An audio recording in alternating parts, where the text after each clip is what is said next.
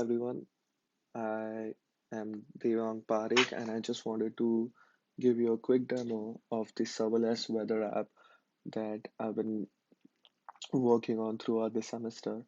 Um, Before I dive in and give you a demo of the weather application, I would just like to quickly point out what serverless is and what are its features, etc., and why is it that I am actually making an application with a serverless backend.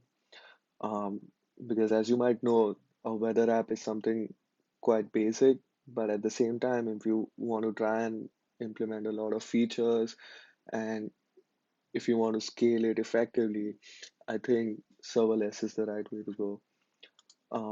So what is serverless? Oops. Uh, just to give you a high level overview, it's going to be something that is no server management. Lets you avoid using or trying to set up servers and management across these servers. You don't have to provision them. You don't have to take the responsibility for uh, patching them, etc. There's no install or maintenance as an administrator, which is ideally what you want as a developer, right? You want to ship new features, you want to make them uh, you want to develop new features and you want to ship them as quickly as you want. So I think this is a big, uh, big ask from developers if they are also trying to do maintenance or operations on the code base. Uh, Another advantage with serverless is that it's got flexible scaling options. What I mean by that is your applications can be scaled automatically or by adjusting its capacity through various units of consumption, be it on request, be it on cost, uh, and number of factors can help you decide whether you want to scale in or scale out your servers.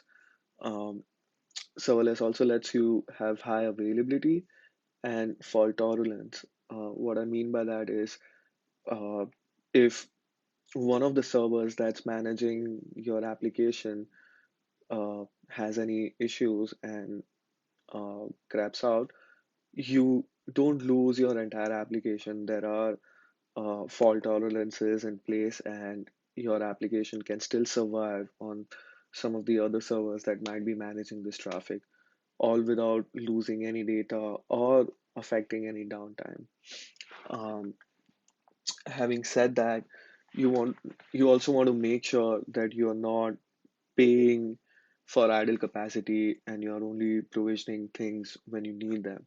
So with the pay-as-you-go model, serverless is also a very cost-effective tool that can help you uh, architect designs under budget constraints, or if you are a smaller organization and if you are trying to bootstrap, it definitely lets you help a lot with the costs. Here is a quick example of what the architecture of a serverless application looks like, and it is also very close to the architecture that I've developed for this weather application. As you might see, this is your app's backend that receives the API calls. For me personally, I've used the weather app API, and that's what I've integrated on my code. Uh, your S3 buckets can use your static data of the websites. I'm going to walk you through the application and I'll let you know exactly where the images are stored uh, for my weather app. The Cognito user pool lets you integrate um, authentication flag features. Um, Amazon DynamoDB lets you hold the data for various cities.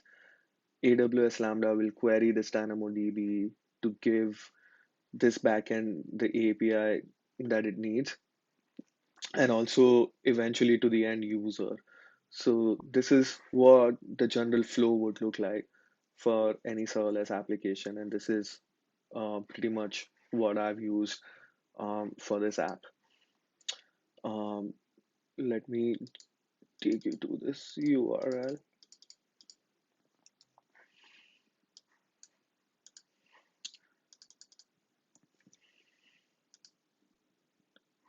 So this is basically the landing page of my weather application.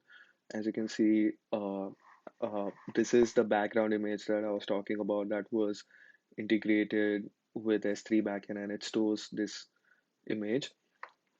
Um, what I can also do is this, I have a search feature that is implemented right now, which lets you put in a couple of cities or whatever you were looking for, the place that you were looking for, and we'll try and show the data for that city. So let me start something. All right, let's see Boston. So currently in Boston, it's 63 Fahrenheit and it's cloudy. Um, it also feels like 63 Fahrenheit and the humidity is 84%, while the speed is 24 miles per hour. As you might see, it tries and shows the data for all the APIs that I've connected with so far. Let me try pulling in Philadelphia. Oops.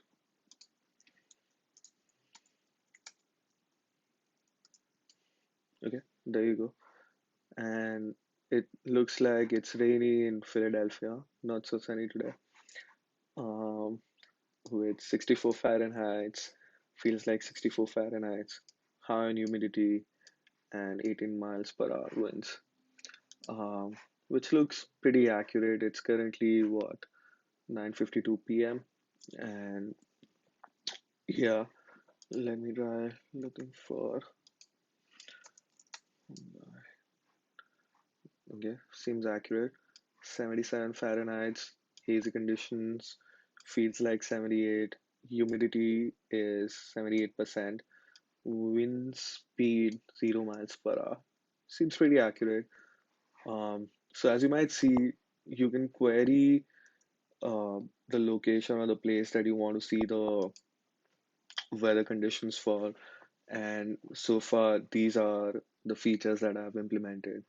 Um, Search, location, Fahrenheit, weather in Fahrenheit, some description, humidity, feels like humidity and wind speed.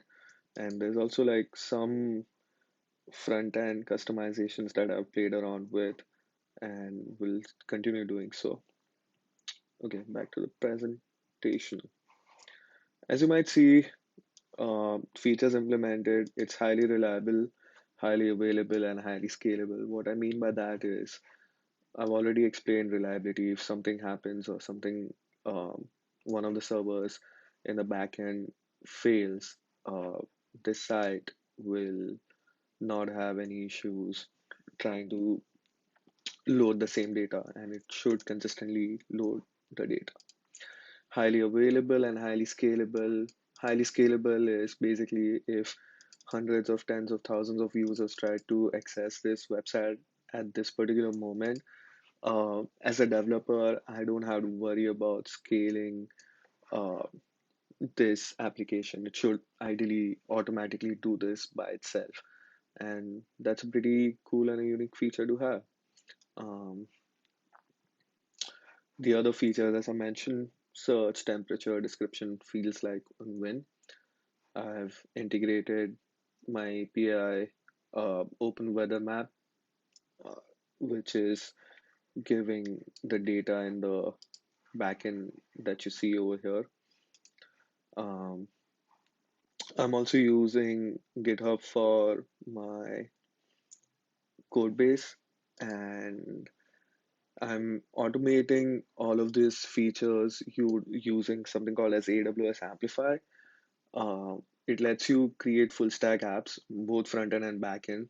However, as you might uh, I'm going to make another video on what my front end code base and back end code base looks like and walk you through how I've integrated that with AWS Amplify. It also lets you create or integrate with other existing application and features that you might already have with AWS. And on top of that, it lets you add authentication. It also lets you host and deploy websites, which is what I've done right now. Uh, I started testing this website locally and eventually ended up deploying it, and now it can be accessed by anybody over the internet.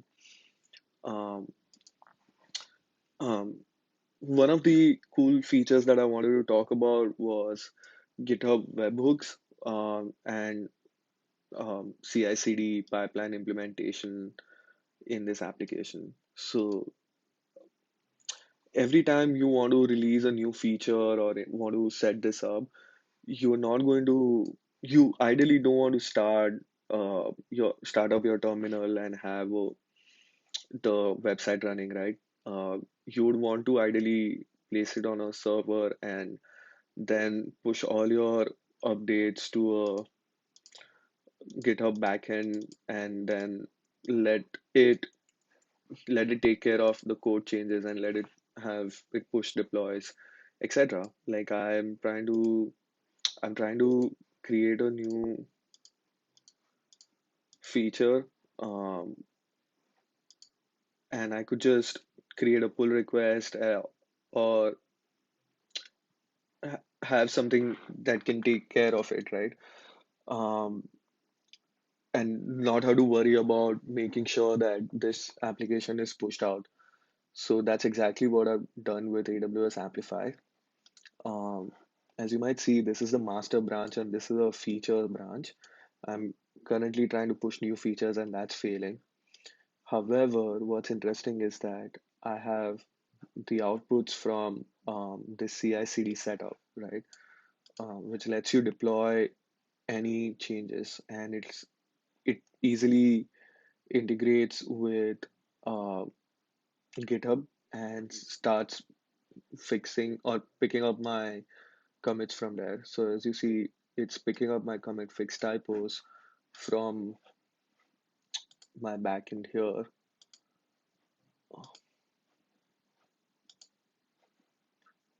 Fix typos. So each time I make a new commit on the master branch, it's going to start a new deployment process and it will run the provisioning of the server, which is basically an Amazon EC2 instance or uh, anything in the background, and it will then build, start building. It will clone the repository.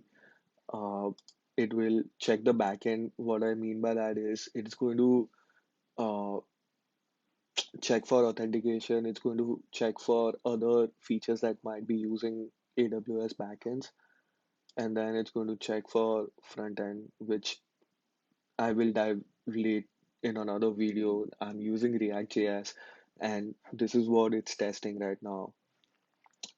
It also gives you nice logs, which is really helpful.